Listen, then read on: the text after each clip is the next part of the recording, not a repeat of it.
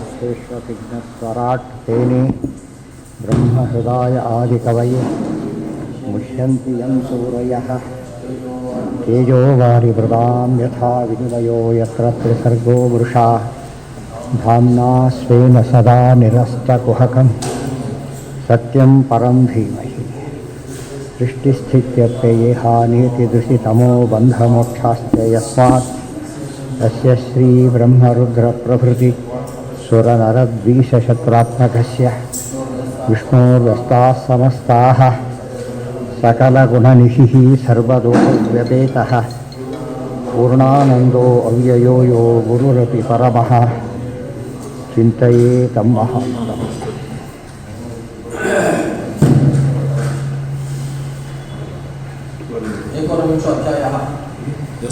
ಇಲ್ಲ ಇನ್ನು ಮುಗಿದ ಕೊನೆಯಾಗಿದೆ ಸ್ವಲ್ಪ ಧೀರಃ ಸ್ವಯಂ ಸ್ವಪಶುಮಾದಾಯ ಪಿತುರ್ಯಜ್ಞಂ ಉಪೇಯಿವಾನ್ ಧರ್ಮೈತ್ಯುಪಧರ್ಮೇಷು ನಗ್ನರಕ್ತಪಟಾದಿಷು ಪ್ರಾಯೇಣ ಸಜ್ಜತೆ ಭ್ರಾಂತ್ಯ ಕೇಶಲೇಷು ಚ ವಾಗ್ಮಿಷು ಧರ್ಮೋಪಧರ್ಮಸ್ತು ಅಧರ್ಮೋ ಯಃ ಉಪಧರ್ಮಃ ಸ ಕೀರ್ತ್ಯ ಉಚ್ಯತೆ ಇತಿ ಹರಿವಂಶೇಶು. ಏನು ಮಾಡಿದರು ಇಂದ್ರದೇವರು? ಕುದುರೆಯನ್ನು ಬೇರೆ ಬೇರೆ ವೇಷದಲ್ಲಿ ಬಂದು ಹೋಗಿ ಬಿಡ್ತಾ ಇದ್ರು. ಇದು ಹೋಗ್ತಾ ಇದ್ದ ಕುದುರೆ ಬಿಟ್ಟು ಹಾಕ್ಕೊಂಡಿದ್ದು ವೇಷವನ್ನು ಬಿಟ್ಟು ಹೋಗ್ತಾ ಇದ್ರು. ಆ ವೇಷನ ಏನು ಮಾಡಿದರು? ಈ ಪಾಖಂಡಿಗಳು ಧಾರಣೆ ಮಾಡಿದ್ರು. ಗೊತ್ತಾಯ್ತಾ? ಅದು ವಿಶೇಷ. ಅವರ ಪ್ರಶ್ನೆ ಬಂತು. ನೋಡೋರಿಗೆ ಏನಿಸ್ತು? ಧರ್ಮ ಅಂತ ಅನಿಸ್ಬೇಕು. ಅದು ಏನಾಗಿರೋ ಧರ್ಮ ಆಗಿರೋದಿಲ್ಲ. ಅದಕ್ಕೇನಂತ ಕರೀತಾರೆ? ಧರ್ಮದಂತೆ ಕಾಣುತ್ತೆ, ಅದು ಅಧರ್ಮವಾಗಿರುತ್ತೆ. ಅದಕ್ಕೆ ಉಪಧರ್ಮ ಅಂತ ಕರೀತಾರೆ ಅಂತ ಹೇಳ್ತಾರೆ. ಧರ್ಮ ಇತಿ ಉಪಧರ್ಮೇಶು ನಗ್ನರಕ್ತ ಪಪಾದಿಷು. ಇವೆಲ್ಲ ಕೆಲವರಿದ್ದಾರಲ್ಲ, ನಗ್ನವ್ರತ ಮಾಡೋರು, ರಕ್ತ ಕೆಂಪು ಬಟ್ಟೆ ಹಾಕ್ಕೊಳ್ಳೋದು, ಬೇರೆ ಬೇರೆ ವಸ್ತ್ರಗಳು ಹಾಕೋದು, ಇವೆಲ್ಲ ಕೂಡ ಏನಿವು? ಇಂದ್ರದೇವರು ಆಯಾ ಕಾಲಕ್ಕೆ ವಸ್ತ್ರಗಳನ್ನು ಅಲ್ಲಿ ಬಿಟ್ಟು ಹೋದವರು. ಆ ವೇಷಗಳನ್ನು ಇವರು ಹಾಕ್ಕೊಂಡ್ರು. ಆದ್ದರಿಂದ ನೋಡೋದಕ್ಕೆ ದೇವತೆಗಳು ಹಾಕ್ಕೊಂಡಿದ್ದು ಅಂತ ಹೇಳೋದಕ್ಕೆ ಧರ್ಮ ಅಂತ ಹೆಸರು. ನಿಜವಾಗ್ಲೂ ಏನಲ್ಲ, ಅದು ಅಧರ್ಮ. ಹಾಗೆ ಮಾಡಲಿಕ್ಕೇನೆ ಇಂದ್ರದೇವರು ಹಾಗೆ ಮಾಡಿದರೆ ಹೊರತು ಬೇರೆ ಅಲ್ಲ. ಹಾಂ, ಹಸುರಮೋಹನೇ ಉಪಧರ್ಮ ಅಂತ ಅದೇ. ಹಾಂ ಹಾಂ ಅವೆಲ್ಲ ಅದೇನೆ. ಇತಿ ಚತುರ್ಥಾಧ್ಯಾಯೇ ಚತುರ್ಥ ತಾತ್ಪರ್ಯೇ ಏಕೋನವಿಂಶೋಧ್ಯಾಯಃ. ವಿಂಶೋಧ್ಯಾಯಃ ಏಕಃ ಶುದ್ಧಃ ಸ್ವಯಂ ಜ್ಯೋತಿಃ ನಿರ್ಗುಣೋऽಸೌ ಗುಣಾಶ್ರಯಃ ಸರ್ವಗೋ ಅನಾವೃತಃ ಸಾಕ್ಷಿ ನಿರಾತ್ಮ ಅನಾತ್ಮನಃ ಪರಃ ಅನ್ಯೇಷಾಂ ಆವೃತೋ ವಿಷ್ಣುಃ ಸ್ವಸ್ಯ ಅನಾವೃತ ಏವ ಚ. ಏಕಃ ಶುದ್ಧಃ, ಪರಮಾತ್ಮ ಒಬ್ಬನೇ. ಏಕಃ ಶುದ್ಧಃ ಸ್ವಯಂ ಜ್ಯೋತಿಃ ನಿರ್ಗುಣಃ ಅಸೌ ಗುಣಾಶ್ರಯಃ. ನಿರ್ಗುಣಃ ಗುಣಾಶ್ರಯ ಒಟ್ಟಿಗೆ ಬಂದಿದೆ. ನಿರ್ಗುಣೋಸೌ ಗುಣಾಶ್ರಯ. ನಿರ್ಗುಣಂ ಗುಣಭೋಕ್ತೃ ಚ ಎಲ್ಲಿ ಬಂದಿದೆ? ನಿರ್ಗುಣಂ ಗುಣಭೋಕ್ತೃ ಚ. ಹಾಂ, ಎಲ್ಲಿ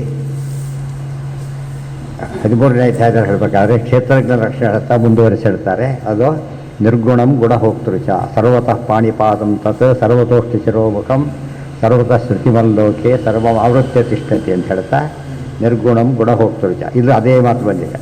ಅಲ್ಲೂ ಹಾಗೆ ಬಂದಿದೆ. ಕೇವಲೋ ನಿರ್ಗುಣಶ್ಚ. ಉಪನಿಷತ್ತು ಕೂಡ ಕೇವಲೋ ನಿರ್ಗುಣಶ್ಚ ಅಂದರೆ ಗುಣಪೂರ್ಣನೂ ಹೌದು, ನಿರ್ಗುಣನೂ ಹೌದು. ಗುಣಪೂರ್ಣ ಅಂದರೆ ಜ್ಞಾನಾನಂದಾದಿ ಅನಂತಾನಂತ ಕಲ್ಯಾಣ ಗುಣಗಣ ಪರಿಪೂರ್ಣ. ನಿರ್ಗುಣ ಅಂದರೆ ಸತ್ವ ರಜಸ್ ಮತ್ತು ತಮಸ್ಸು ಅಂತಕ್ಕಂತಹ ಪ್ರಾಕೃತ ಗುಣವರ್ಜಿತ. ಇದು ಗಟ್ಟಿ ಮಾಡಿಕೊಂಡ್ರೆ ಸಮಸ್ಯೆನೇ ಬರೋದಿಲ್ಲ. ಸರ್ವಗಃ ಸರ್ವಗೋ ಅತ್ತ ನಿಯಂತ ಚ ಎಲ್ಲಿದೆ? ಸರ್ವಗಃ ಅಣುಭಾಷ್ಯ. ಸರ್ವಗಃ ಅನಾವೃತಃ ಸಾಕ್ಷಿ. ಅದಕ್ಕೆ ಇದೇನಿದು ಅರ್ಥೋಯ ಬ್ರಹ್ಮಸೂತ್ರಾಣ. ಅಣುಭಾಷ್ಯ ಅಂದ್ರೇನು? ಭಾಷ್ಯದ ಸಂಕ್ಷೇಪ. ಭಾಷ್ಯ ಬ್ರಹ್ಮಸೂತ್ರದ ಅರ್ಥ. ಇಲ್ಲಿ ಬಂದಿರೋದೇನು? ಸರ್ವಗೋ ಅನಾವೃತ. ಸರ್ವಗ ಶಬ್ದ ಹಾಗೆ.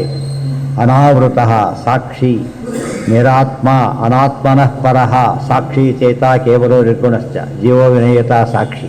ದೇವರಿಗೆ ಸಾಕ್ಷಿ ಅಂದರೆ ಏನು? ಎಲ್ಲವನ್ನು ನೇರ ನೋಡ್ತಾನೆ, ಯಾರ ಸಹಾಯನೂ ಬೇಕಿಲ್ಲ. ನಿರಾತ್ಮ ಅನಾತ್ಮನಃ ಪರಃ. ನಿರಾತ್ಮ ಅಂದರೆ ದೇಹ. ಆತ್ಮ ಅಂದರೆ ದೇಹ ಅಂತ ಅರ್ಥ ಇದೆ. ಈ ಪಾತ್ರದ ದೇಹ ಶೂನ್ಯ. ಅಲ್ಲಿ ಗುಣಶೂನ್ಯ, ಪ್ರಾಕೃತ ಗುಣಶೂನ್ಯ, ಪ್ರಾಕೃತ ದೇಹ ಶೂನ್ಯ. ಅನಾತ್ಮನಃ ಪರಃ. ಅನಾತ್ಮನಃ ಪರಹ. ನಮ್ಮೆಲ್ಲ ಕೂಡ ಈ ಧಾವಡಿ ರೇಷ್ಮೆ ಎಲ್ಲ ಏನಾಗುತ್ತೆ, ಹತ್ತಿ ಬಟ್ಟೆಗಿಂತ ಡಿಫ್ರೆಂಟಾಗಿ ಕಾಣಿಸುತ್ತೆ, ಹೌದಲ್ಲ? ಅಂದರೆ ಮಡಿ ಜಾಸ್ತಿ ಬರುತ್ತೆ. ಇದು ದಿವಸಕ್ಕೆ ಒಂದ್ಸತಿ ಉಟ್ಕೊಂಡ್ರೆ ಮುಗಿದೋಯ್ತು. ಯಾವುದು ಹತ್ತಿ ಬಟ್ಟೆ ಮತ್ತೆ ಬರೋದಿಲ್ಲ, ಮಡಿ ಬರೋದಿಲ್ಲ. ಬಿಚ್ಚಿಟ್ಟು ಮತ್ತೆ ಉಟ್ಕೊಂಡ್ರು ಹೋಯ್ತು, ಅದು ಹುದ್ಲ ಮಡಿ ಆಗೋದಿಲ್ಲ. ಅದು ರೇಷ್ಮೆ 15 ದಿವಸ ಬರೋದು, ಗೊತ್ತಾಯ್ತಾ. ಇದು ಧಾವಳಿ ವರ್ಷಗಟ್ಟೆ ಜನ್ಮ ಪೂರ್ತಿ ಉಪಯೋಗಿಸ್ತಾರೆ, ಹಾಗಲ್ಲ. ಅಂತೂ ಅದು ಬಡಿ ಹೆಚ್ಚದು. ನಮ್ಮಲ್ಲಿ ಏನಿದೆ ವಸ್ತ್ರಕ್ಕೆ ವ್ಯತ್ಯಾಸ ಇದೆ. ಸೊ ದೇಹಕ್ಕೆ ವಸ್ತ್ರ ಅಂದ್ರೇನು, ದೇಹದಲ್ಲಿ ವ್ಯತ್ಯಾಸ ಇದೆ, ಗೊತ್ತಾಯ್ತಾ. ಪೂಜೆ ಬರೋದು ಅದಕ್ಕೆ ಇಟ್ಕೊಂಡ್ರೆ ಬರೋದು. ಅದಕ್ಕೆ ಇಟ್ಕೋಬೇಕು, ತೀರ್ಥ ತೊಗೋಬಾರ್ದು, ಬೇರೆ ವಸ್ತುನ ಮುಟ್ಟಬಾರ್ದು, ಮತ್ತು ಮಡಿಯಲ್ಲೇ ತೊಗೋಬೇಕು, ಮಡಿಯಲ್ಲೇ ಇಡಬೇಕು. ಕಷ್ಟಾನ ಮಾಡಿದ್ರೆ ಬರೋದು.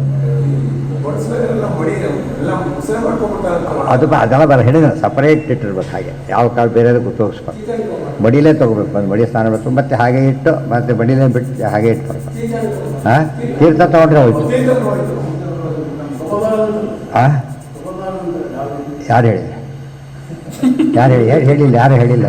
ಅದು ಯಾಕೆ ಬರಲ್ಲ ಅಂದರೆ, ಎಲ್ಲಿ ಅನುಕೂಲ ಇರುತ್ತೋ ಸೋಮಾರಿತನ ಮಾಡಬೇಡಿ ಅಂತ ಅರ್ಥ. ಎಲ್ಲ ಹಾಗೆ ಮಾಡ್ಕೊಬಿಟ್ರೆ ಅದ್ರ ಪುಡಿ ಏನಾಗ್ತದೆ ಕೊನೆಗೆ. ಎಷ್ಟೋ ಕಡೆ ನೋಡಿ, ಈಗ ಮಠಗಳು ಏನು ಮಾಡಿದ್ದಾರೆ, ಈಗ ತಾಡಿ ಉಟ್ಕೊಂಡು ಅದೇ ಇಟ್ಬಿಟ್ಟಿರ್ತಾರೆ ಪೂರ್ತಿಯಾಗಿ. ಎಷ್ಟೋ ಮಠಗಳಲ್ಲಿ ಅಭ್ಯಾಸ ಶುರು ಮಾಡಿದ್ದಾರೆ. ಬೇರೆ ಇದಿಲ್ಲ, ಮತ್ತೆ ಸ್ನಾನ ಮಾಡ್ಕೊಂಡು ಬರೋದ್ರ ಪದ್ಧತಿ ಬಿಟ್ಟುಬಿಟ್ಟಿದ್ದಾರೆ. ಅದೇ ರೀತಿಯೇ ಪೂರ್ತಿ ಏನಾಗುತ್ತೆ ಕೊನೆಗೆ ದೇವ್ರ ಪೂಜೆ ಅದೇ ಸ್ಥಿತಿ ಬಂದುಬಿಡೋದು. ಅದಕ್ಕಾಗಿ ಆದಷ್ಟು ಅವಾಯ್ಡ್ ಮಾಡಿ. ಇವೆಲ್ಲ ಏನು ಆಪತ್ಕಾಲದ್ದು. ಇವತ್ತು ನೀವು ಬದರಿ ಅಂತಲ್ಲಿ ಹೋದಾಗ ಒಂದು ಪದ್ಯ ಬಿಟ್ಟುಕೊಂಡು ಗತಿ ಏನಾಗಬೇಕು. ನಿತ್ಯ ಒಂದು ದಿವಸ ಹೋದವ್ರಿಗೆ ಕಷ್ಟ. ನಿತ್ಯ ಪೂಜೆ ಮಾಡಿದರೆ ಅವರೆಲ್ಲ ಏನು ಮಾಡ್ತಾರೆ, ಶರ್ಟೆ ಹಾಕ್ಕೊಂಡ್ಬಿಡ್ತಾರೆ, ಟೂ ಮಚ್ ಅದು. ಬಟ್ ಏನು ಮಾಡ್ಬೋದು, ದ್ರಾವಿಡ ಮಾಡಿದ್ರೆ ಯೋಚನೆ ಇಲ್ಲ. ಏಕಶುದ್ಧ ಸ್ವಯಂ ಜ್ಯೋತಿ ನಿರ್ಗುಣೋಸೌ ಗುಣಾಶ್ರಯ ಸರ್ವಗೋ ಅನಾವೃತ ಸಾಕ್ಷಿ ನಿರಾತ್ಮ ಅನಾತ್ಮನಃ ಪರಃ. ಅಲ್ಲ ಅದೇ ಹೇಳ್ತಾರೆ. ನಿರಾತ್ಮ ಅಂದರೆ ದೇಹ, ಈ ದೇಹ ಇಲ್ಲೇ ಇಲ್ಲ. ಮತ್ತು ಅನಾತ್ಮನಃ ಪರಃ. ಅನಾತ್ಮರು ಅಂದ್ರೇನು, ಆತ್ಮ ಅಂತ ಹೇಳಿದರೆ ಸ್ವಾಮಿ ಅಂತ ಅರ್ಥ. ಇವರೆಲ್ಲ ಅನಾತ್ಮರು ಅಂತ ಅರ್ಥ ಏನಂತ ಕೇಳಿದರೆ, ತಾವೇ ಸ್ವಾಮಿಗಳಲ್ಲ ಇವರೆಲ್ಲ ಕೂಡ. ಅದು ಅವರಿಗೂ ಕೂಡ ಪರ, ಅವ್ರ ಮೇಲಿದ್ದಾನೆ. ಅದಕ್ಕೆ ಆತ್ಮ ಶಬ್ದ ಎಷ್ಟು ಕಡೆ ಉಪಯೋಗಿಸ್ತಾರೆ ನೋಡಬೇಕು. ಆ ಸಂದರ್ಭ ತಕ್ಕಂತೆ ಉದ್ಧರೇದ ಆತ್ಮನಾತ್ಮಾನ ಮನಸ್ಸು ಅಂತ ಅರ್ಥ, ಮತ್ತು ಜೀವ ಅಂತನೂ ಅರ್ಥ. ಅದು ಪ್ರಸಂಗ ನೋಡ್ಕೊಂಡು ಅರ್ಥ ಹೇಳ್ತಾರೆ.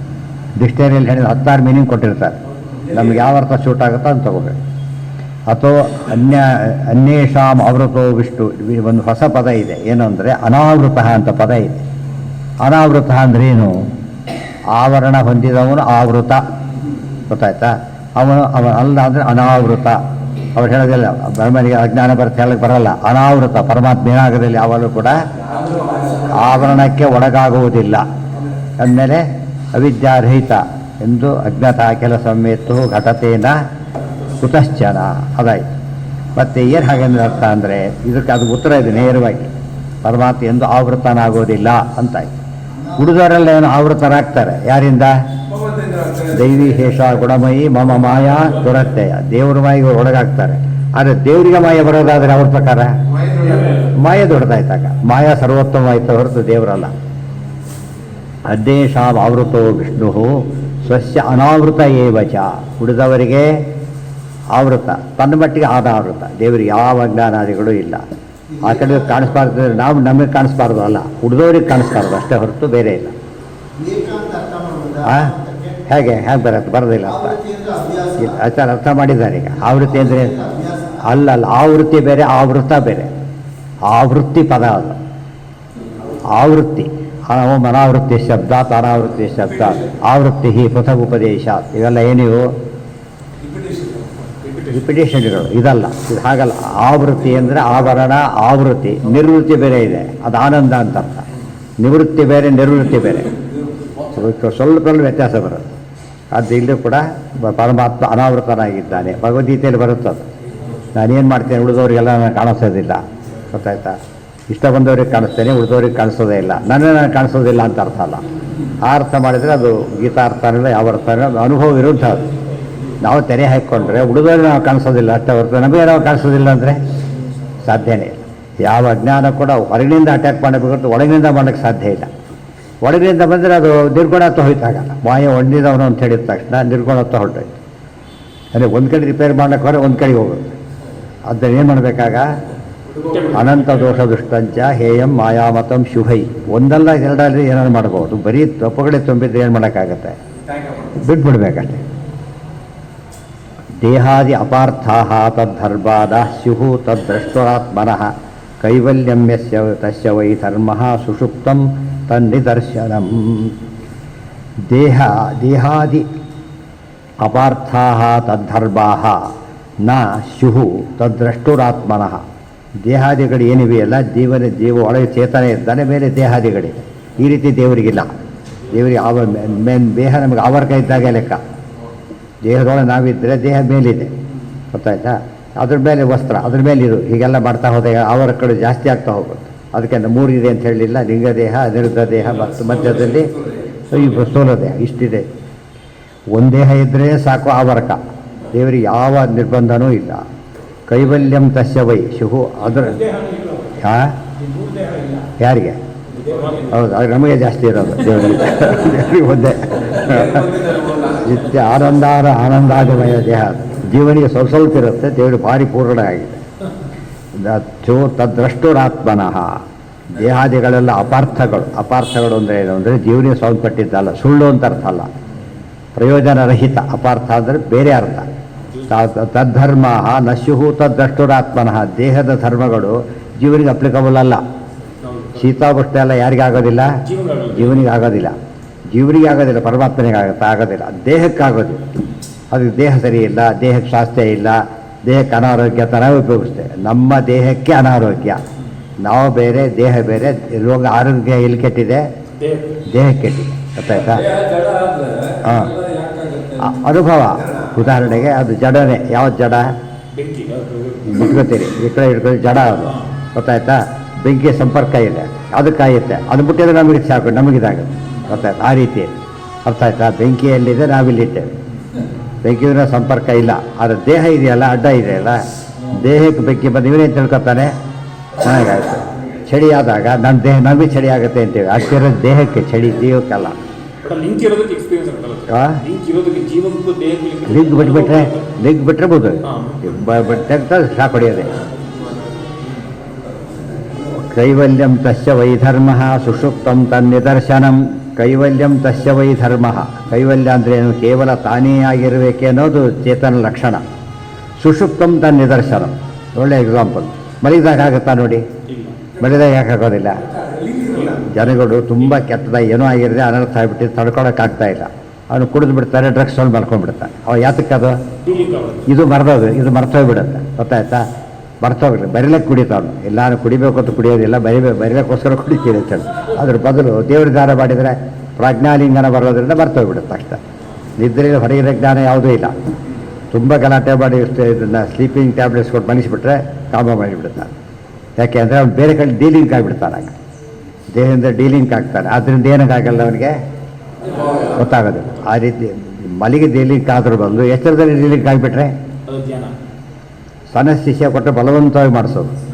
ಗೊತ್ತಾಯ್ತು? ಇದು ಹಾಗಲ್ಲ, ನ್ಯಾಚುರಲಿ ಮಾಡೋದು. ಅದಕ್ಕೆ ಆತ ಹೇಳ್ತಾನೆ, ಹೊಟ್ಟೆ ಏನಾಗುತ್ತೆ ನನಗೆ ಜಡಭರತ ಕೇಳ್ತಾನೆ. ನಾನು ದೇಹಕ್ಕೆ ಹೊಡಿತಾನೆ. ದೇಹ ಅಲ್ವೇ ಅಲ್ಲ ಅವನು.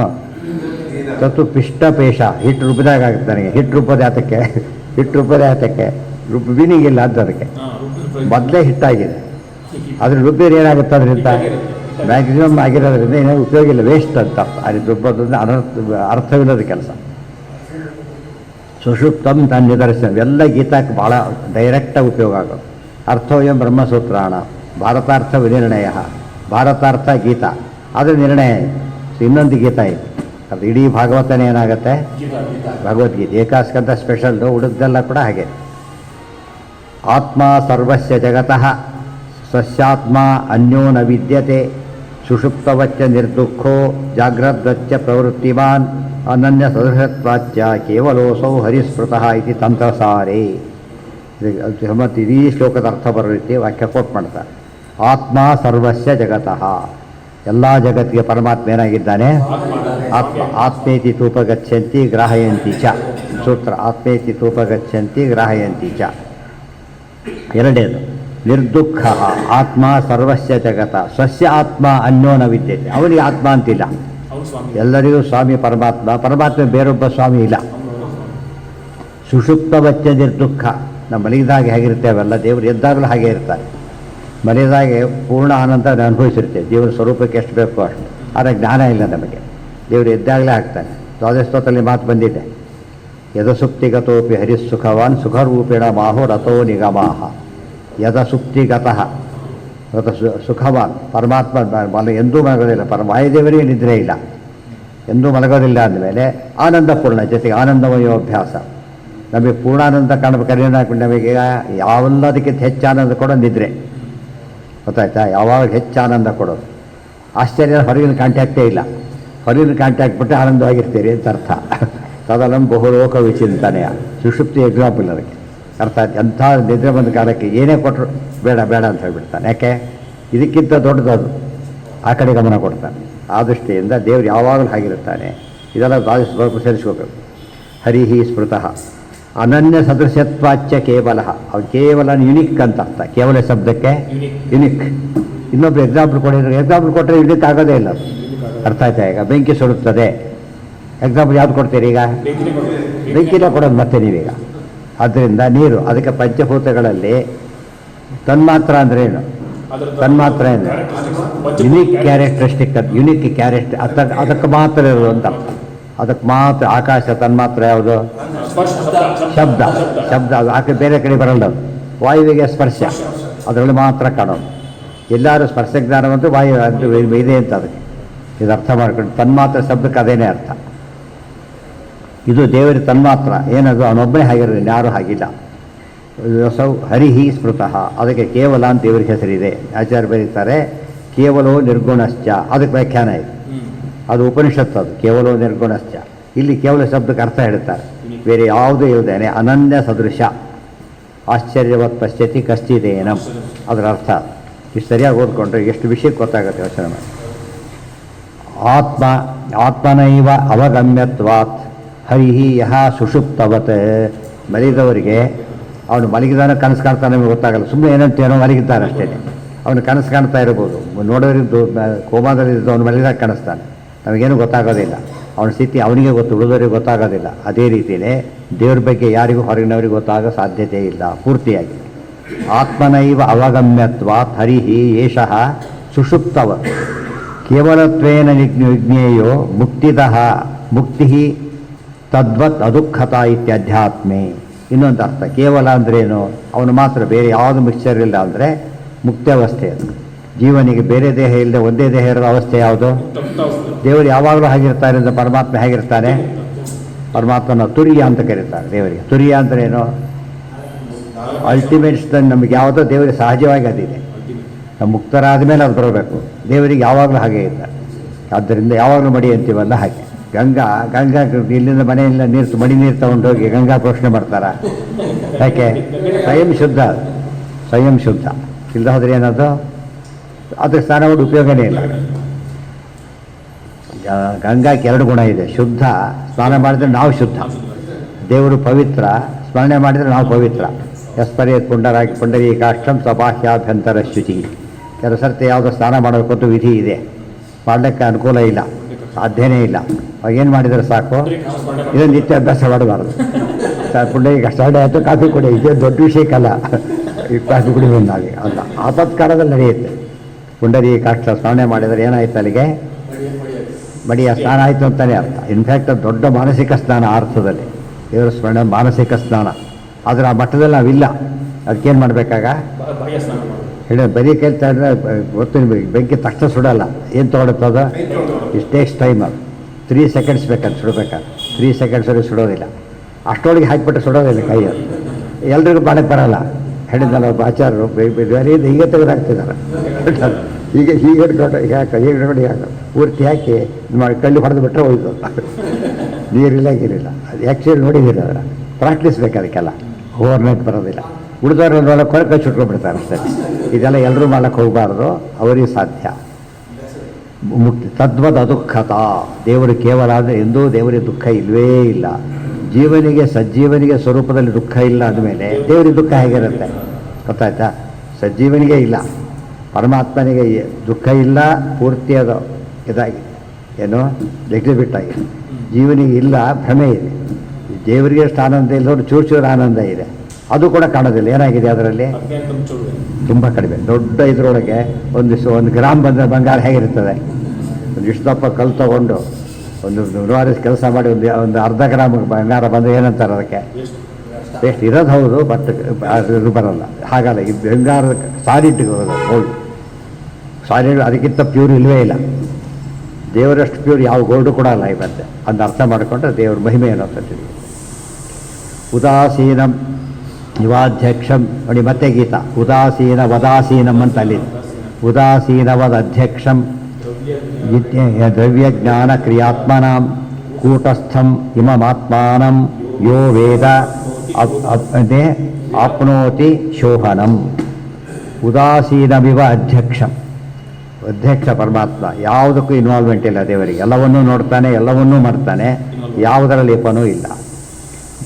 ಅಧ್ಯಕ್ಷಂ ದ್ರವ್ಯಜ್ಞಾನ ಕ್ರಿಯಾತ್ಮನಾಂ, ದ್ರವ್ಯಜ್ಞಾನ ಕ್ರಿಯಾತ್ಮನಾಂ ಕೂಟಸ್ಥಂ, ದ್ರವ್ಯದಿಂದನೂ ಕೂಟಸ್ಥ, ಕ್ರಿಯೆಯಿಂದನೂ ಕೂಟಸ್ಥ, ಯಾವುದ್ರ ಬಗ್ಗೆ ನಿರ್ಲೇಪ್ತ ಪರಮಾತ್ಮ. ಕೂಟವತ್, ಕೂಟ ಅಂದರೆ ಆಕಾಶ, ಕೂಟಸ್ಥ ಅಂದರೆ ಆಕಾಶದಂತೆ ನಿರ್ಲಿಪ್ತನಾದವನು ಅಂತ ಅರ್ಥ. ಭಗವದ್ಗೀತೆಯಲ್ಲಿ ಕೂಟಸ್ಥೋ ಅಕ್ಷರ ಉಚ್ಯತೆ ಹೇಳಿದ್ದಾರೆ. ಕೂಟಂ ಖಂ ವಿದಲಂ ವ್ಯೋಮ, ಕೂಟಂ ಅಂದರೆ ಆಕಾಶ ಅಂತಲೇ ಕೋಶ.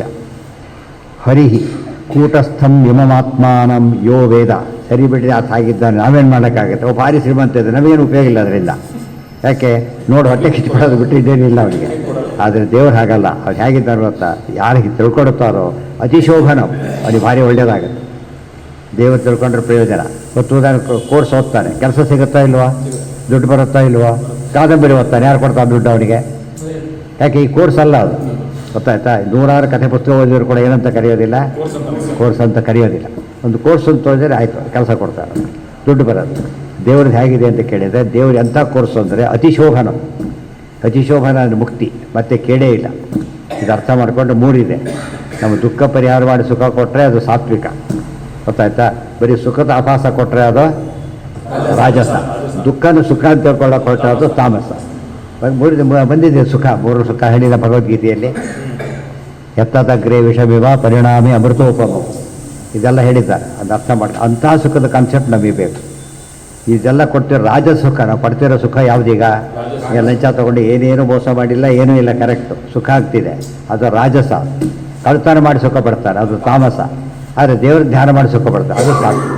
ಇದು ಅರ್ಥ ಮಾಡ್ಕೊಂಡು ಸಾತ್ವಿಕ ಸುಖ ನಾವು ಯೋಚನೆ ಮಾಡ್ತಾಯಿಲ್ಲ. ಸಾತ್ವಿಕ ಸುಖ ಅಂದ್ರೆ ಒಂದೇ, ಶ್ರೇಯಸ್ಸು ಅಂದ್ರೆ ಒಂದೇ, ರಾಜಸ ಸುಖ ಅಂದ್ರೆ ಒಂದು, ಪ್ರೇಯಸ್ಸು ಅಂದ್ರೆ ಒಂದೇ. ಎರಡೂ ಇಲ್ಲ ಅಂತ ಹೇಳ್ತಾರೆ ತಾಮಸ. ಪ್ರೇಯಸ್ಸು ಶ್ರೇಯಸ್ಸು ಎರಡೂ ಇಲ್ಲ. ಭಿನ್ನಸ್ಯ ಹರಿರಕ್ಲಿಷ್ಟಕಾರಿತ್ವಾತ್, ದೇವರಿಗೆ ಉದಾಸೀನ ಅಂತ ಯಾತಕ್ಕೆ ಕರೀತಾರೆ? ಇದು ಗೀತಾ ಸೇರಿಸ್ಕೋಬೇಕೀಗ. ಉದಾಸೀನ ವದಾಸೀನ ಹರಿಹಿ ಅಕ್ಲಿಷ್ಟಕಾರಿತ್ವಾತ್ ಉದಾಸೀನ ಇತೀರ್ಯತೆ. ಕಷ್ಟಪಟ್ಟು ಕೆಲಸ ಮಾಡೋದಿಲ್ಲ ದೇವರು. ರಾಮಸ್ಯ ಅಕ್ಲಿಷ್ಟ ಕರ್ಮಣಃ, ಅಕ್ಲಿಷ್ಟ ಕರ್ಮ ಏನು ಮಾಡಿದರೆ ಹಾಗೆ ಮಾಡ್ತಾನೆ. ಅಕ್ಲಿಷ್ಟ ಅಂದರೆ ಯಾವುದು? ಸೃಷ್ಟಿ, ಜಗತ್ ಸೃಷ್ಟಿ, ಸ್ಥಿತಿ, ಲಯ, ನಿಗಮನ, ಜ್ಞಾನ, ಅಜ್ಞಾನ, ಬಂಧ, ಮೋಕ್ಷ, ಇದನ್ನು ಎಲ್ಲರಿಗೂ ಎಲ್ಲ ಕಾಲಕ್ಕೂ ಒಬ್ಬನೇ ಮಾಡ್ತಾನೆ, ಏನು ಶ್ರಮ ಇಲ್ಲ. ನಾವು ದೇವ್ರು ನೆನೆಸ್ಕೊಳ್ಳೋದೇ ಭಾರಿ ಶ್ರಮ, ಅದು ಕೊಡೋದು ಉಳಿದಲ್ಲ. ದೇವ್ರು ನೆನೆಸ್ಕೊಳ್ಳಿ, ಅದಕ್ಕೆ ಭಾರಿ ಶ್ರಮ ಆಗುತ್ತೆ ಅಂದರೆ, ಎಲ್ಲಿ ಜೀವ ಎಲ್ಲಿಯ ಪರಮಾತ್ಮ. ಅದಕ್ಕೆ ಏನಂತ ಕರೀತಾರೆ? ಉದಾಸೀನ ಅಂತ ಕರೀತಾರೆ. ಭಿನ್ನಸ್ಯ, ಉದಾಸೀನ ನಮ್ಮರ್ಥದಲ್ಲಿ ಬೇರೆ, ನ್ಯೂಟ್ರಲ್ ಅಂತ ಅರ್ಥ. ನಮ್ಮರ್ಥ ನ್ಯೂಟ್ರಲ್. ಜಡ್ಜ್ಗಿಡ್ಜ್ ಹೇಗಿರ್ಬೇಕು? ಯಾವಾಗಲೂ ನ್ಯೂಟ್ರಲ್ ಆಗಿರಬೇಕು. ಒಂದು ಕಡೆ ಇನ್ವಾಲ್ವ್ಮೆಂಟ್ ಇದ್ದರೆ ಅವ್ರು ಜಡ್ಜ್ ಆಗೋದಿಲ್ಲ. ಯಾಕೆ? ಆ ಕಡೆ ಬಯಾಸ್ ಆಗಿಬಿಡ್ತಾನೆ, ಬೇರೆ ದಾರಿ ಇಲ್ಲ. ಇದೆ ದೇವರು ಏನಲ್ಲ ಅಂತ ಕೇಳಿದರೆ, ವೈಷಮ್ಯದ ಗಣ್ಯ ದೇವರಿಗಿಲ್ಲ. ಯಾಕೆ? ಯಾರು ಪ್ರೀ ಪ್ಲಾನ್ ಅನ್ನೋನು ಹಾಗೆ ತಿಳ್ಕೊಳ್ಳೋದಿಲ್ಲ ದೇವರು. ಭಿನ್ನಸ್ಯ ಲಿಂಗಸ್ಯ ಚ ಗುಣಲಿಂಗಸ್ಯ ಗುಣಪ್ರವಾಹಂ ದ್ರವ್ಯಕ್ರಿಯಾಕಾರಕ ಚೇತನಾತ್ಮನಃ ದೃಷ್ಟ್ವಾಸು ಸಂಪತ್ಸು ವಿಪತ್ಸು ಸೂರಯೋ ನ ವಿಕ್ರಿಯಂತೆ ಮಯಿ ಬದ್ಧ ಸೌಹೃದಾಃ. ಭಿನ್ನಸ್ಯ ಲಿಂಗಸ್ಯ ಗುಣಪ್ರವಾಹಂ ದ್ರವ್ಯಕ್ರಿಯಾಕಾರಕ ಚೇತನಾತ್ಮನಃ. ಭಿನ್ನಸ್ಯ ಲಿಂಗಸ್ಯ ಗುಣಪ್ರವಾಹ ಅಂದರೆ ಯಾವ ಗುಣಪ್ರವಾಹ? ಪ್ರಕೃತಿಯ ಗುಣಗಳ ಪ್ರವಾಹ. ನಾವು ಬಿಡ್ಲಕ್ಕಾಗೋದೇ ಇಲ್ಲ ಅದರ. ಎಲ್ಲೋದ್ರೂ ಕೂಡ ಏನಾಗಿದೆ ಜಗತ್ತಿನಲ್ಲಿ? ಎಲ್ಲಿ ಹೋದ್ರು, ಸ್ವರ್ಗಲೋಕಕ್ಕೆ ಹೋದರೂ ಏನಿದೆ ಅಲ್ಲಿ? ಪ್ರಕೃತಿ ಇದೆ, ಅಲ್ಲೂ ಪ್ರಕೃತಿ ಇದೆ. ಸ್ವರ್ಗಲೋಕ ಅಂದರೆ ಸತ್ವಗುಣ ಜಾಸ್ತಿ ಇದೆ ಹೊರತು ಗುಣ ಇದೆ ಅದರೊಳಗೆ. ಇದರೊಳಗೆ ಕ್ಷೀಣೆ ಪುಣ್ಯ ಬರೋ ಚಾನ್ಸ್ ಇರಲಿಲ್ಲ. ಅಲ್ಲೂ ಕೂಡ ಏನಿದೆ? ಲೇಪ ಇದೆ. ವೈಕುಂಠದಲ್ಲಿ ಏನಿದೆ? ಯಾವುದು? ಬರೀ ಒಂದು ಶುದ್ಧ ಸತ್ವ. ಶುದ್ಧ ಸತ್ವ ಅಂದ್ರೆ ಒಂದೇ, ಅಪ್ರಾಕೃತ ಸತ್ವ ಅಂದ್ರೆ ಒಂದೇ. ಅದು ಇಲ್ಲಿ ತೋರ್ಸೋಕ್ಕೆ ಬರೋದಿಲ್ಲ. ಯಾತಕ್ಕೆ? Totally different. ಬೆಂಗಳೂರು ಸಮುದ್ರ ತೋರಿಸಿ ಅಂದರೆ ಹಾಗೆ ಇದು ತೋರಿಸೋ ಜಾಗ ಅಲ್ಲ ಇದು. ಅಲ್ಲಿಗೆ ಹೋಗ್ಬೇಕು ನೋಡ್ಬೇಕಾದ್ರೆ ಬದೇ ಸಮುದ್ರ ಒಳಗೆ ಆ ಜಾಗಕ್ಕೆ ಹೋಗ್ಬೇಕು.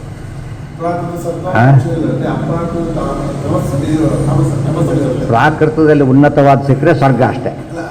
ಹಾಂ ಹೌದು, ಅದು ಅಷ್ಟೇ. ಈ ಕತ್ಲೆಗಿಂತ ಡಿಫರೆಂಟ್ ಅದು. ಈ ಕತ್ಲೆ ದೀಪಕ್ಕೆ ಹೋಗುತ್ತೆ, ಅದು ಹೋಗೋದಿಲ್ಲ, ಅದು ಗೊತ್ತಾಯ್ತಾ, ಪರ್ಮನೆಂಟ್ ಅದು. ಕೆಲವು ಕಡೆ ಹೋಗೋದಿಲ್ಲ ಆ ಥರ, ಅದು ಅಪ್ರಾಕೃತ. ಈ ತಮಸ್ಸಲ್ಲ ಅದು, ಈ ಕತ್ಲೆ ಅಲ್ಲ ಅದು. ಅದಕ್ಕೆ ಅಂಧನ್ ತಮಸ್ಸು ಅಂತ ಕರೆದು. ಹೌದೌದು, ಮತ್ತೆ ಅದು ಈ ಅಪ್ರಾಕೃತ ಅಂದರೆ ಡಿಫರೆಂಟ್ ಫ್ರಮ್ ಡಿಸ್ಪ್ರಕೃತಿ. ಇದು ಒಳ್ಳೆಯದಾಗಿ ಅಪ್ರಾಕೃತ, ಕೆಟ್ಟದಾಗಿ ಅಪ್ರಾಕೃತ. ಹರಿರಕ್ಲಿಷ್ಟಕಾರಿತ್ವಾತ್ ಉದಾಸೀನ ವಿತೀರ್ಯತೆ ಭಿನ್ನಸ್ಯ ಲಿಂಗಸ್ಯ ಗುಣಪ್ರವಾಹಂ ದ್ರವ್ಯ ಕ್ರಿಯಾಕಾರಕ ಚೇತನಾತ್ಮನಃ. ಭಿನ್ನಸ್ಯ ಲಿಂಗಸ್ಯ, ಲಿಂಗದಿಂದ ಏನಾಗಿದೆ? ಬೆಡ್ ತೊಗೊಂಡಿರ್ಬಾರ್ದು, ಸರಿ ಇದೆ, ಕೆಲಸ ಇದೆಯಾ? ಯಾವ್ದು ವರ್ಕ್ ಆಗ್ತಿದೆ? ಹಾಂ, ಅಲ್ಲಿ ಎಲ್ಲಿ ಅದಕ್ಕೆ ಸಪ್ಲೈ ಯಾವುದು? ಅಲ್ಲ ಅಲ್ಲ ಅಲ್ಲ, ಸೋರ್ಸ್ ಯಾವುದು ಅಂತ ಅದಕ್ಕೆ ಅಲ್ಲ, ಕರೆಂಟ್ ಬ್ಯಾಟ್ರಿ ಎಷ್ಟೊತ್ತು ಬರುತ್ತೆ? ಅದ 1 ಅವರ್ ಬರುತ್ತೆ. ಅದು ಅಷ್ಟೊಂದು ಮುಗಿಸಿ ಸೇರ್ತಾರ್ತ ಆಯ್ತು ಬರೋದೆ. ಇವತ್ತು ಇವತ್ತು ನಾಳೆ ಬರಲ್ಲ ಅಂತ ಹಾಕಿದ್ದಾರೆ. 2 ದಿವಸ ಡಿಸ್ಟರ್ಬೆನ್ಸ್ ಭಾಳ ಇರುತ್ತೆ ಅಂತ ಹಾಕಿದ್ದಾರೆ. ಇನ್ನು ಮುಂದೆ ನೋಡಿ, ಭಿನ್ನಸ್ಯ ಲಿಂಗಸ್ಯ ಗುಣಪ್ರವಾಹಂ. ಲಿಂಗ ಸೇರಿದ ಭಿನ್ನ ಇವನು ಗುಣಪ್ರವಾಹಕ್ಕೆ ಒಳಗಾಗಿದ್ದಾನೆ. ದ್ರವ್ಯ ಕ್ರಿಯಾಕಾರಕ ಚೇತನಾತ್ಮನಃ. ನನ್ನ ದ್ರವ್ಯ, ನಾನು ಮಾಡ್ತೇನೆ, ನಂದು ಎಲ್ಲ ಏನಿವು ದೇವರಿಗೆ ಉದಾಸೀನ. ಇವನು ಉದಾಸೀನಲ್ಲ, ಇನ್ವಾಲ್ವ್ಡ್ ಇವನು. ಆದ್ದರಿಂದಾಗಿಯೇ ದೃಷ್ಟ್ವಾಸು ಸಂಪತ್ಸು ವಿಪತ್ಸು, ಇದೆಲ್ಲ ಅರ್ಥ ಮಾಡ್ಕೊಂಡ್ಬಿಟ್ರೆ ಏನಾಗುತ್ತೆ ಗೊತ್ತಾ? ದೃಷ್ಟ್ವಾ ಆಸು ಸಂಪತ್ಸು ವಿಪತ್ಸು ಸೂರಯ. ಈ ಮಾತು ಅರ್ಥ ಮಾಡಿಕೊಂಡ್ರೆ ಸಂಪತ್ತೇ ಬರಲಿ ವಿಪತ್ತೇ ಬರಲಿ ಏನು ಮಾಡೋದಿಲ್ಲ ಅವರು, ನ ವಿಕ್ರಿಯಂತೆ, ಅವ್ರ ವಿಕಾರ ಉಂಟಾಗೋದೇ ಇಲ್ಲ. ಅರ್ಥ ಆಯ್ತಾ? ನಿಮಗೆ ಗೊತ್ತಿದೆ, ಏನು ಗೊತ್ತಿದೆ? ರೆಮಿಡಿ ಗೊತ್ತಿದೆ ಅವರಿಗೆ. ಆದ್ದರಿಂದ ವಿಕಾರಕ್ಕೆ ಒಳಗಾಗೋದಿಲ್ಲ. ವಿಕ್ರಿಯಂತೆ ಮಯಿ ಬದ್ಧ ಸೌಹೃದಾಹ. ಅದು ಯಾತಕ್ಕೆ ಇದೆಲ್ಲ ಸುಮ್ಮನೆ ಗೊತ್ತಾದರೆ ಅಲ್ಲ. ಎಲ್ಲರಿಗೂ ಅನಶಿಷ್ಯ ಕೊಟ್ಟು ಬಲಿಸ್ಬಿಡೋರು, ಮತ್ತೆ ಮತ್ತೆ ಅನಶಿಷ್ಯ ಕೊಡ್ತಿರೋರು. ಅವಾಗ ಏನಾಗುತ್ತೆ? ಲೈಫ್ ಅಂತ ಕರೀತಾರೆ ಅದನ್ನು. ಅಲ್ಲ, ತಿಳುವಳಿಕೆಯಿಂದ ಇದ್ದು ಬೇರೆ, ತಿಳುವಳಿಕೆ ಇದ್ದು ಬೇರೆ. ಎಚ್ಚರ ಇದ್ದು ಇನ್ವಾಲ್ವ್ ಆಗಬಾರ್ದು. ಆ ಸ್ಥಿತಿ ಬಂತು ಅಂದ್ರೆ ಏನಾಗ್ತಾನೆ ಅವನು? ಈ ವಾಕ್ಯ ನೋಡಿ ಎಷ್ಟು ಚೆನ್ನಾಗಿದೆ. ದೃಷ್ಟ್ವಾಸು ಸಂಪತ್ಸು ವಿಪತ್ಸು ಸೂರಯ. ಸೂರಯ ಜ್ಞಾನಿಗಳು. ವಿಪತ್ತೇ ಬರಲಿ ಸಂಪತ್ತೇ ಬರಲಿ, ಸುಖವಾಗಲಿ ಬಹು ದುಃಖವಾಗಲಿ ಸಖ ನೀನಾಗಿರೋ ಪಾಡು. ಈ ಮಾತಿನ ಅರ್ಥ ಅದು. ನ ವಿಕ್ರಿಯಂತೆ. ನ ವಿಕ್ರಿಯಂತೆ ಅಂದೇನು? ವಿಕಾರಕ್ಕೆ ಒಳಗಾಗುವುದಿಲ್ಲ. ವಿಕಾರಕ್ಕೆ ಒಳಗಾಗುವುದಿಲ್ಲ. ಸುಖ ದುಃಖೆ ಸಭೆ ಕೃತ್ವ ಲಾಭಾಲಾಭವು ಜಯಾಜಯವು. ಅದು ಆ ಸ್ಥಿತಿ ಬರ್ತಾರೆ. ಆದರೆ ಅವ್ರು ಏನಾಗಿರ್ತಾರೆ? ತೇ ಮೈ ಬದ್ಧ ಸೌಹೃದಾಹ. ವಿಟ್ಟುರ್ಮೆ ಪರಮಸ್ವರು, ದೇವರಿದ್ದಾನೆ, ಅದಕ್ಕೆ ಕುಂತಿ ಕೇಳೋದು. ವಿಪದ ಸಂತೋನಸ್ಯಶ್ವ ತತ್ರ ತತ್ರ ಜಗತ್ಪತೆ. ವಿಪತ್ತು ಎಷ್ಟು ಬೇಕಾದ್ರೂ ಕೊಡು, ಆದರೆ ಒಂದು ಕೊಡಬೇಕೇನೋ, ನೀನು ಅನುಗ್ರಹ ಮಾಡಬೇಕು, ನೀನು ಸ್ಮರಣೆ ಇರಬಾರ್ದು. ತತ್ವಶಾಲೆಯಲ್ಲಿ ಬರೀತಾರೆ, ಎಂಥ ನರಕಕ್ಕೆ ಬೇಕಾದರೂ ಹಾಕ್ಕೊಡಿ, ಯೋಚನೆ ಮಾಡೋದಿಲ್ಲ, ನೀನು ಸ್ಮರಣೆ ಇರಬೇಕಷ್ಟೇ. ಕಾಂಟ್ರಿಬ್ಯೂಷನ್ ಎಂಥ ಕತ್ಲೆ ಬೇಕಾದ್ರೂ ಹಾಕೋ, ಬೆಳಕಿನ ಹೆಚ್ಚಾಗಾದರೆ ಹಾಗಾಗಿ. ಅಂದರೆ ದೇವರು ಸ್ಮರಣೆ ಮಾಡಿದ್ರೆ ಏನಾಗೋದಿಲ್ಲ, ನರಕಕ್ಕೆ ಹೋಗೋ ಚಾನ್ಸೇ ಇಲ್ಲ ಅಂತ. ಇದೆಲ್ಲ ತಿಳ್ಕೊಂಡು ನರಕದಲ್ಲೂ ಇರುತ್ತಾ ಅಂತ ಹಾಗೆಲ್ಲ ಕೇಳಕ್ಕೆ ಹೋಗಬಾರ್ದು. ಬೇಕಾಗಿ ಹೇಳ್ತಾರೆ. ಅದಕ್ಕೊಂದು ಸಂಬಂಧಪಟ್ಟ ವಾಕ್ಯಗಳೆಲ್ಲ ಒಂದು ಕಡೆ ಸೇರಿಸ್ಕೊಂಡ್ಬಿಟ್ರೆ ಏನಾಗುತ್ತಾಗ ದಾಲ್ಢ್ಯ ಬರುತ್ತೆ. ಆವೃತ್ತಿ ಅಸಕೃತ ಉಪದೇಶ. ಮತ್ತೆ ಮತ್ತೆ ಆವೃತ್ತಿ ಮಾಡ್ತಾ ಹೋದಂತೆ ವಿಶೇಷವಾಗಿ ಜ್ಞಾನ ದೃಢ ಆಗ್ತಾ ಹೋಗುತ್ತೆ. ಭಿನ್ನಸ್ಯ ಲಿಂಗಸ್ಯ. ಒಬ್ಬರೇ ಉಸಿರು ತೊಳೆದ್ರೆ ನೆನಪಿರೋದಿಲ್ಲ. ಫ್ರೀಕ್ವೆಂಟಾಗಿ ನೋಡಿದ್ರೆ ನೆನಪು ಹೋಗೋದು ಅಂತ ಹೇಳ್ತಾರೆ. ಗೊತ್ತಾದರೆ ಇಲ್ಲೇ ರಿಪ್ಲೇಟ್ ನೋಡ್ತಿದ್ರೆ ಮತ್ತೆ ನಿಮ್ಮನ್ನೇ ಕೊಟ್ಬಿಡ್ರಿ ಕೊಡ್ರಿ ಅಂತ ಹೇಳ್ತಾರೆ. ಅದು ಪರಿಚಯ ಆಗಿ ಆಗಿ ಏನಾಗುತ್ತದ ಅದೇನು ಸಮಸ್ಯೆ ಬರೋದೇ ಇಲ್ಲ. ಅದಕ್ಕೆ ಮತ್ತೆ ಮತ್ತೆ ಮತ್ತೆ ನಾವು ಲೋಕದ ಅಭ್ಯಾಸ ಜಾಸ್ತಿ ಆಗಿರೋದ್ರಿಂದ ಕಣ್ಣು ಮುಚ್ಕೊಂಡು ಹೇಳ್ಬಿಡ್ತಾರೆ. ದೇವರ ಅಭ್ಯಾಸ ಲೋಕ ಸಂಪರ್ಕನೇ ಇಲ್ಲ. ಆದ್ದರಿಂದ ದೇವರ ಬಗ್ಗೆ ಏನು ಗೊತ್ತೂ ಆಗೋದಿಲ್ಲ, ಹೇಳಿದರೂ ತಿಳಿಯೋದಿಲ್ಲ, ಸ್ಥಿತಿ ಬರ್ತಾರೆ. ಈಗ ಮರ್ತೋಗ್ಬಿಟ್ಟಿದ್ರೆ ಎಷ್ಟು ಹೇಳಿದ್ರು ಗೊತ್ತಾಗೋದೇ ಇಲ್ಲ. ಆ ರೀತಿಯಾಗಿ ದೃಷ್ಟ್ವಾ ಆಸು ಸಂಪತ್ಸು ವಿಪತ್ಸು ಸೂರಯೋ ನ ವಿಕ್ರಿಯಂತೆ ಮಯಿ ಬದ್ಧ ಸೌಹೃದಾಹ. ಜೀವಾದ್ಭಿನ್ನಸ್ಯ ಮನಸೋ ಗುಣಾಃ ಸತ್ವಾದಯೋ ಮತಾಃ ಯಜ್ಞಾತಜ್ಞಾತ್ವಾ ನ ವಿಕುರ್ವಂತಿ ನ ಕುರ್ವೀತ ಸ್ವಸ್ವರೂಪಂ ಮನಸ್ತಥಾ ಇತಿ ಷಾಡ್ಗುಣ್ಯೆ. ಅದಕ್ಕೆ ಭರತರಾಜನ ಹೊಡಿತೀನಿ ಅಂತ ಹೋದರೆ ಹೊಡಿ ನನಗೇನಾಗುತ್ತೆ, ಕೋಪ ಕೂಡ ಮಾಡ್ಕೊಳ್ಳಿಲ್ಲ, ಹೊರಗೆ ಹೊಡ್ಕೊಂಡು ಏನಾಯ್ತು ಈ ಭಾವನೆ ಬರುತ್ತೆ. ಅದು ಈ ಸ್ಟೇಜ್ ರೀಚ್ ಆಗಿದ್ದಾನೆ. ಭಾಗವತದ್ದೇ ಕಥೆ. ಜೀವಾದ್ಭಿನ್ನಸ್ಯ ಮನಸಃ ಮನಸ್ಸು ಬೇರೆ ಜೀವ ಬೇರೆ. ಗುಣಗಳು ಬೇರೆ. ಮತ್ತೆ ಸತ್ವಾದಯೋ ಮತಾಹ ತಜ್ಞಾತ್ವ ಅಂತ ಅರ್ಥ ಮಾಡಿಕೊಂಡ್ರೆ ವಿಕುರ್ವೀತ ಸಸ್ವರೂಪಂ ಮನಸ್ತಥ. ಸ್ವರೂಪ ಮನಸ್ಸಿರುತ್ತೆ, ಬಾಹ್ಯ ಮನಸ್ಸು ಹೋಗಬೇಕು, ಸ್ವರೂಪ ಮನಸ್ಸಿರಬೇಕು. ಗೊತ್ತಾಯ್ತಾ? ನಮ್ಮ ಪ್ರಕಾರ ಏನು ಸ್ಪೆಕ್ಸ್ ನೋಡುತ್ತೆ ಅಲ್ಲ, ಕಣ್ಣು ನೋಡೋದು. ಡೆಡ್ ಬಾಡಿ ಸ್ಪೆಕ್ಸ್ ಹಾಕಿದರೆ, ಕೂಡನೇ ಸ್ಪೆಕ್ಸ್ ಹಾಕಿದ್ರೆ ಏನು ಉಪಯೋಗ? ಕಣ್ಣೇ ಇಲ್ಲ ಅವನಿಗೆ. ಅದೇ ರೀತಿಯೇ ನಮಗೆ ಯಾವ ಸ್ಪೆಕ್ಸ್ ಹಾಕಿದರೂ ಕೂಡ ಏನೂ ಕಾಣೋದಿಲ್ವೋ ಆ ರೀತಿ ನಾವು ಲೋಕದ ಬಗ್ಗೆ ಕುರುಡರಾಗಿಬಿಟ್ರೆ ಏನಾಗೋದಿಲ್ಲ, ಏನು ಹಾಕಿದರೂ ಪ್ರಾಬ್ಲಮ್ ಬರೋದಿಲ್ಲ. ಅದು ಒಳ್ಳೆ ರೀತಿಗೆ ಚೇಂಜ್ ಮಾಡ್ಕೋಬೇಕಾದ್ರೆ ಗೊತ್ತಾ? ಅದಕ್ಕೆ ಹೇಳ್ತಾರೆ ನಮ್ಮಲ್ಲಿ ಯಾವುದೋ ನೋಡೋದಕ್ಕಿಂತ ಕುರುಡನ್ ಮಾಡಿಬಿಡುವ, ಯಾವುದನ್ನು ಕೇಳೋದು ಮೂಕ ಬದಿರೋದಂತ ಇಪ್ಪರೋ ನೋಡ್ಪಾ ಜನಕ್ಕೆ, ಏನೋ ಮಾತಾಡೋದಕ್ಕಿಂತ ಮೂಕನ್ ಮಾಡಿಬಿಡು ಸುಮ್ಮನೆ. ಇದರ ಅರ್ಥ ಮಾಡಿಕೊಂಡ್ರೆ ಮೂಕನಾಗೋ ಮುಖ್ಯ ಅಲ್ಲ, ಅಲ್ಲಿ ಏನು ಮುಖ್ಯ? ಆ ವಿಷಯಕ್ಕೆ ಹೋಗಬಾರ್ದು. ಅದಕ್ಕೆ ಅದು ಮಾಡ್ದೆ ಆಗದೆ ಹೋದರೆ ಮೂಕನ್ ಮಾಡಿಬಿಡೋದು ಅಷ್ಟೇ. ಡಿಸ್ಟರ್ಬೆನ್ಸ್ ಆಫ್ ಮಾಡಿಬಿಡ್ತಾರಲ್ಲ ಫೋನ್, ಹಾಗೆ ಅಷ್ಟೇ. ಸ್ಪೃಶಂತೆ ಪಾದಯೋ ಎಲ್ಲ ಪೂರ್ತಿ ಭಗವದ್ಗೀತಾ ಇದು. ಸರಿಯಾಗಿ ನೆನಪು ಮಾಡ್ಕೊಂಡ್ಬಿಟ್ರೆ ನೀಟಾಗಿ ಅರ್ಥ ಆಗುತ್ತೆ. ಅದು ಅರ್ಥ ಆಗಿದ್ದರೆ ಕ್ಲಾರಿಟಿ ಬರುತ್ತೆ, ಇಲ್ಲದೆ ಹೋದರೆ ಅವನಿಗೆ ಸುಲಭವಾದ ಪ್ರವೇಶ ಸಿಗುತ್ತೆ.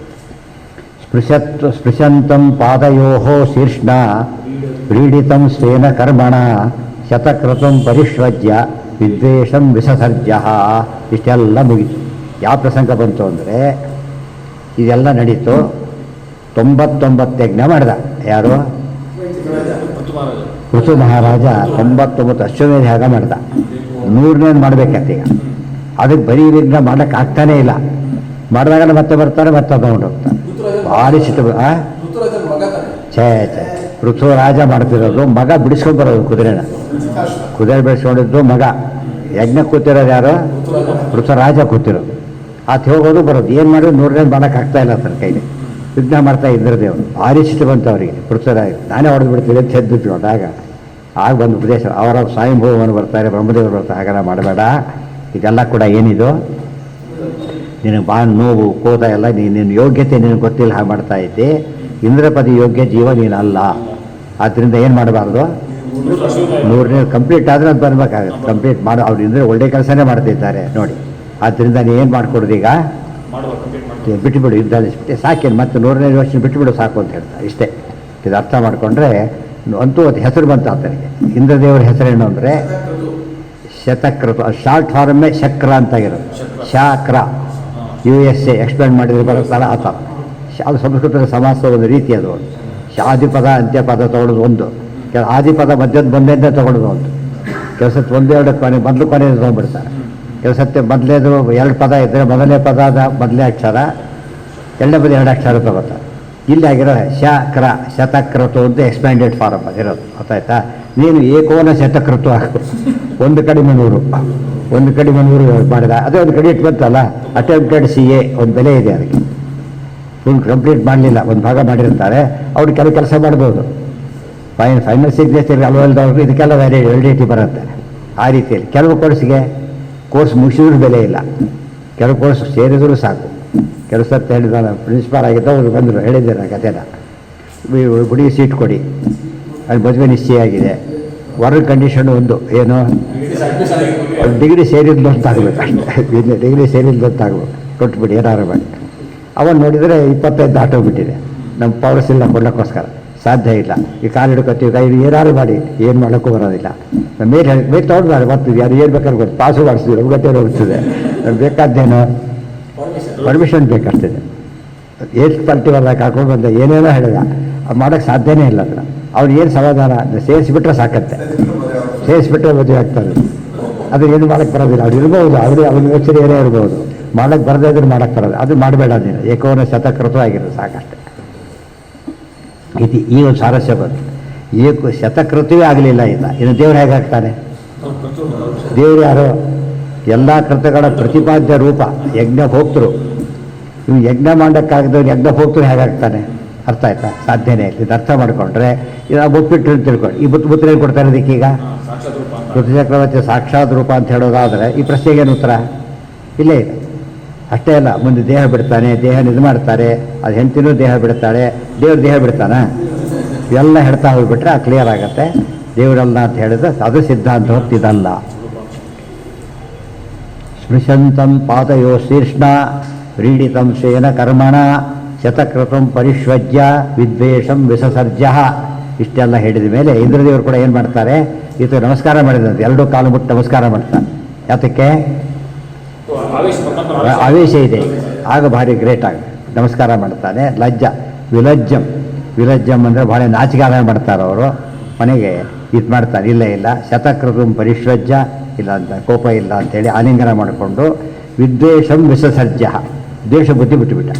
ಅಲ್ಲಿವರೆಗೇನಿತ್ತು, ಈಗ ದ್ವೇಷ ಬುದ್ಧಿ ಇತ್ತು. ಇದೇ ರೀತಿ ಯಾರು ಮಾಡಿದ್ರು? ಅಲ್ಲ, ಈಗ ಇದರಲ್ಲೇ ಆಗಿದೆ. ಯಾರು ಮಾಡಿದ್ರು? ಧ್ರುವ ಮಾಡಿದ್ದ. ಯಾರ ಮೇಲೆ?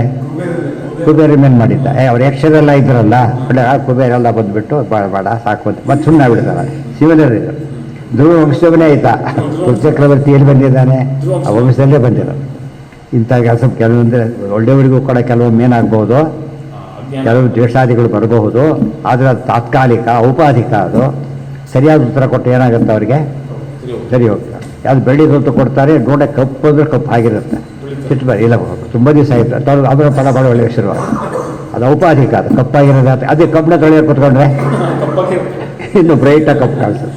ಹಾಗಾಗಬಾರ್ದು. ಎಲ್ಲಿದೆ ನೋಡಿದೆ. ಸ್ಪೃಶಂತಂ ಪಾದಯೋ ಶ್ರೀಷ್ಣ ವ್ರೀಡಿತಂ. ವ್ರೀಡ ಅಂದ್ರೇನು? ಲಜ್ಜ. ವ್ರೀಡ ಶಬ್ದಕ್ಕೆ ವ್ರೀಡಿತಂ ಸ್ವೇನ ಕರ್ಮಣ ಶತಕೃತಂ ಪರಿಶ್ವಜ್ಯ ವಿದ್ವೇಷಂ ವಿಸಸರ್ಜ. ಮುಂದೆ ಆಯಾಸ ದುಃಖ ವ್ರೀಡಾದೀನ್ ಪ್ರಾಯಶಸ್ ಸುಖಿನೋಪಿತು ನಿಯಮಾದ್ ದೃಶ್ಯಪೂರ್ಭೂತೇಷು ಮೋಹಾಯ ಅದರ್ಶಯನ್ ಸುರಾಹ ಇದು ಬ್ರಹ್ಮಚರ್ಯಕ್ಕೆ. ಭಾಳ ಒಳ್ಳೆ ವಾಕ್ಯ, ನೆನ್ಪಿಟ್ಕೋಬೇಕು. ಇಂದ್ರಿಯವ್ರು ಮಾಡೋ ಒಳ್ಳೆ ಕೆಲಸ ತಲೆ ತಗ್ಸಿದ್ದಾರೆ, ಒಳ್ಳೆ ಕೆಲಸ ಮಾಡಿ ತಲೆ ತಗ್ಸಿದ್ದಾರೆ, ಲಜ್ಜೆ ಪಡ್ತಿದ್ದಾರೆ. ಆ್ಯಕ್ಚುಲಿ ಬಡಬಾರ್ದು. ಯಾತಕ್ಕೆ? ಒಳ್ಳೆ ಕೆಲಸ ಮಾಡಿ ಜೋರಾಗಿರೋ ತಲೆಯಾಗಿ ತಗ್ಸ್ಬೇಕು. ಅದಕ್ಕೆ ಸಂಧ್ಯಾವಂದನೆ ಮಾಡಿ ತಲೆ ಬಗ್ಸೋದು ಆಡಬೇಕಾ? ಮಾಡಬೇಕಾದ ಕೆಲಸ ಅದು. ಅರ್ಥ ಮಾಡಬಾರ್ದು ಮಾಡಿದ್ರೆ ಸರಿ. ಕಳ್ತಾರ ಮಾಡ್ತಾನೆ, ತಲೆ ಬಗ್ಗಿಸ್ತಾನೆ, ಸರಿ. ಅದು ಫಸ್ಟು ಎಲ್ಲದಕ್ಕೂ ಉತ್ತರ ಕೊಟ್ಟು ತಲೆ ತೆಗಿಸಿದ್ರೆ, ಉತ್ತರ ಕೊಡದೆ ತಲೆ ತೆಗಿಸ್ಬೋದು. ಯಾಕೆ ಹೀಗೆ ಮಾಡಿದರು ನೋಡಿ. ಒಟ್ಟು ಇದಕ್ಕೆ ತಾತ್ಪರ್ಯ ಬೇಕೀಗ. ಇದಕ್ಕೆ ಯಾರು ಬೇಕು? ಗೈಡೆನ್ಸ್ ಬೇಕು. ಗೈಡೆನ್ಸ್ ಕೊಡೋರು ಗುರುಗಳು, ಆಚಾರ್ಯ ಗುರುಗಳು. ಈತನೇ ಲೋಕಗುರು ವೇದ ವಿಖ್ಯಾತ. ಉತ್ತರ ಕೊಡ್ತಾರೆ, ಸರಿಯಾದ ಕೇಳಬೇಕಾದ್ರೆ. ಆಯಾಸ ದುಃಖ ವ್ರೀಡಾದೀನ್ ಪ್ರಾಯಶಃ ಸುಖಿನೋಪಿತು. ಅವ್ರು ಒಳ್ಳೆ ಕೆಲಸ ಮಾಡಿದ್ದಾರೆ, ಸುಖವಾಗಿದ್ದಾರೆ, ತಪ್ಪು ಮಾಡಿಲ್ಲ. ಕೆಲವೊಮ್ಮೆ ಆಯಾಸ ಬಂಧ ಮಾಡ್ತಾರೆ, ದುಃಖಪಟ್ಟ ಮಾಡ್ತಾರೆ, ನಾಚಿಕೆ ಪಟ್ಟ ಮಾಡ್ತಾರೆ. ಗೊತ್ತಾಯ್ತಾ? ಇವೆಲ್ಲ ಯಾತಕ್ಕೆ ಅಂದರೆ ನಿಯಮ ದುಷಿಭೂತೇಷು ಮೋಹಾಯ ಅದರ್ಶಯನ್ ಸುರಾಹ.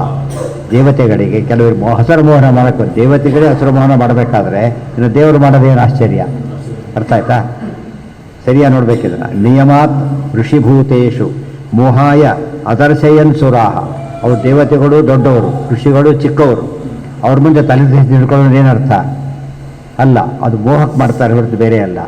ಈ ನೋಟ್ ಕೊಡದೆ ಹೋಗಿ ಎರಡು ಮಾಡಬೇಕಾಗಿತ್ತು ನಾವು. ಭಾಗವತು ಸರಿಯಲ್ಲ ಶ್ಲೋಕ ಅಂತೇಳಿ ಬಿಟ್ಟು ಬಿಡೋರು, ಅಥವಾ ಯಾರೋ ಸೇರಿಸಿದ್ದಾರೆ ತೆಗೆದುಹಾಕಿಬಿಡೋರು, ಅಥವಾ ತಪ್ಪೇ ಮಾಡಿದ್ದ ಇಂದ್ರದೇವರು ಅಂತ ಹೇಳೋರು. ಆ ಮೂರೂ ಇಲ್ಲ. ಇದು ಎಕ್ಸ್ಪ್ಲನೇಷನ್ ಇದೆ. ಇದನ್ನು ಕೊಡೋದಕ್ಕೆ ತಿಳಿದೋದಕ್ಕೆ ದ್ವಾರ ಆಗಬೇಕು. ಇದು ಬ್ರಹ್ಮತರ್ಕೆ. ಈಗ ನಮಗೆ ಎಷ್ಟು ಗೊತ್ತಾದ ಮೇಲೆ ಲಕ್ಷ್ಮೀದೇವಿ ಹೇಳಿದರು, ನಾನು ಹೋಗಲ್ಲ ನರಸಿಂಹದೇವರ ಹತ್ರ. ಯಾತಕ್ಕೆ? ಭಯ ಆಗುತ್ತೆ ಅಂತ.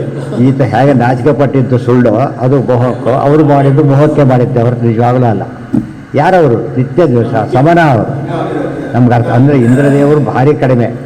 ಮೇಲ್ನೋಟಕ್ಕೆ ಸಾಮಾನ್ಯವಾಗಿ ತಪ್ಪು ಮಾಡಿದರು, ನಾಚಿಕೆ ಪಟ್ಟು ಅಂತ ಹೇಳಿದ್ರು ಕೂಡ ತಪ್ಪಾಗ್ತಿರಲಿಲ್ಲ.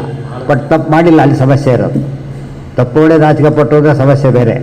ತಪ್ಪೇ ಮಾಡಿಲ್ಲ ಅವರು. ಯಾಕೆ ನಾಚಿಕೆ ಪಟ್ಟು? ಮೋಹಕ್ಕೋಸ್ಕರ ಮಾಡಿದರು. ಮಹಾಲಕ್ಷ್ಮಿ ಅಜ್ಞಾನ ಇಲ್ಲ, ಶಂಕೆ ಪಡೋ ಕಾರಣನೇ ಇಲ್ಲ. ಯಾಕೆ ಮಾಡಿದರು? ಓ, ಲಕ್ಷ್ಮಿಗಿಂತ ಪ್ರಹ್ಲಾದನೇ ಶ್ರೇಷ್ಠ. ಯಾಕೆ ಲಕ್ಷ್ಮೀದೇವಿಗೆ ಆಗಲಿಲ್ಲ, ಬ್ರಹ್ಮದೇವಿಗೂ ಆಗಲಿಲ್ಲ, ಪ್ರಹ್ಲಾದ ಹೋದ. ಇದೆಲ್ಲ ಮಾಡಿ ಹೇಳಿಲ್ಲ. ಹಂಡೆ ತುಂಬ ಒಳ್ಳೆ ಖೀರ್ ಮಾಡಿಬಿಟ್ಟು ಸೀಮೆಎಣ್ಣೆ ಹಾಕಿಬಿಟ್ರೆ ಹೇಗಿರ್ತದೆ ಒಗ್ಗರಣೆ ಫಸ್ಟ್ ಕ್ಲಾಸ್ ಆಗಿ. ಈ ಸ್ಥಿತಿ ಬಂತು. ಅದು ಏನು ಹಾಗೆ ಮಾಡ್ತಾರೆ, ಹುಷಾರಾಗಿರ್ಬೇಕಾಗಿ. ಮೋಸ ಹೋಗಬೇಡಿ. ಇದಕ್ಕೆ ತಾರತಮ್ಯ ಜ್ಞಾನ ಎಲ್ಲ ಗೊತ್ತಿರಬೇಕು. ಇದೆಲ್ಲ ಗೊತ್ತಿಲ್ಲದೆ ಹೋದರೆ ಅಪಾರ್ಥ ಆಗುತ್ತೆ. ಅದೆಲ್ಲ ಯಾವಾಗ ಬರೀ ಕಟ್ಟಪಾಠ ಮಾಡಿ ಒಪ್ಸೋದಲ್ಲ, ಅದನ್ನು ಫಾಲೋ ಮಾಡಬೇಕು. ಅದಕ್ಕೆ ಹರಿಕಥಾಂಸಾರದಲ್ಲಿ ಅತಿ ಹೆಚ್ಚಿರೋದು ತಾರತಮ್ಯ ಸಂಧಿಗಳೇ. ಅಣು ತಾರತಮ್ಯ, ಬೃಹತ್ ತಾರತಮ್ಯ, ಆರೋಹಣ ಅವರೋಹಣ ತಾರತಮ್ಯ, ಕಲ್ಪಸಾಧನ, ಎಷ್ಟು ಸಂಧಿಗಳು. 7 ಸಂಧಿ ಇದೆ. 32 7 ಸಂಧಿ ತಾರತಮ್ಯಕ್ಕೆ. ಮೊದಲನೇದು ತಾರತಮ್ಯನೇ, ಕೊನೆಯ ಕಕ್ಷಾ ತಾರತಮ್ಯ, ಅದು ತಾರತಮ್ಯ. ಬರೀ ತಾರತಮ್ಯ ಮುಗಿಸಿಟ್ಟಿರ್ತಾರೆ. ಯಾಕೆಂದರೆ ಸ್ವಲ್ಪ ಹೆಚ್ಚು ಕಡಿಮೆ ಆದ್ರೆ ಏನಾಗುತ್ತದ ಭಾರಿ ಆಭಾಸ, ಅನರ್ಥ ಕಾರಣ ಆಗುತ್ತೆ. ಭಗವಾನಪಿ ವಿಶ್ವಾತ್ಮ ಪೃಥಕ್ ಪೃಥನ ಉಪಹೃತಾರ್ಹಣ ಸಮುಜ್ಜಿಹಾನಯ ಭಕ್ತ್ಯ ಗೃಹೀತ ಚರಣಾಂಬುಜ. ಆಗ ಪರಮಾತ್ಮ ಏನು ಮಾಡಿದನಂತೆ, ವಿಶ್ವಾತ್ಮ ಭಗವಂತ ಅಲ್ಲಿ ಪ್ರತ್ಯಕ್ಷನಾಗ್ತಾನೆ. ಪೃಥನ ಉಪಹೃತಾರ್ಹಣ, ಪೃಥ ಚಕ್ರವರ್ತಿ, ಅರ್ಹಣ ಅಂದರೆ ಪೂಜೆ, ವಿಶೇಷ ಪೂಜೆಯನ್ನು ಮಾಡ್ತಾನೆ. ನೋಡಿ ಪೃಥ್ವಿ ಚಕ್ರವರ್ತಿ ತಾನೇ ಪೂಜೆ ಮಾಡ್ತಾನೆ ದೇವರಿಗೆ, ತಾನೇ ದೇವರಾಗ್ತಾನೆ.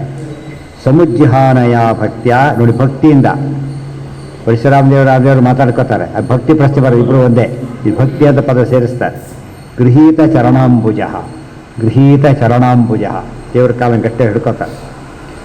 ಅಪಕ್ವಭಕ್ತಿಯುಕ್ತ ಏನ ತೇಷಾಂ ಬ್ರಹ್ಮದರ್ಶನಂ ಪ್ರಾಯೋ ಭವತಿ ದುಃಖಸ್ಯ ಸ್ವಭಾವ ಅಭಾವ ಪ್ರಾಯಶೋ ಭವೇತ್. ಅಲ್ಲಿಗೆ ಇನ್ನು ತುಂಬ ಇದೆ, ಅದು ನಾಳೆ.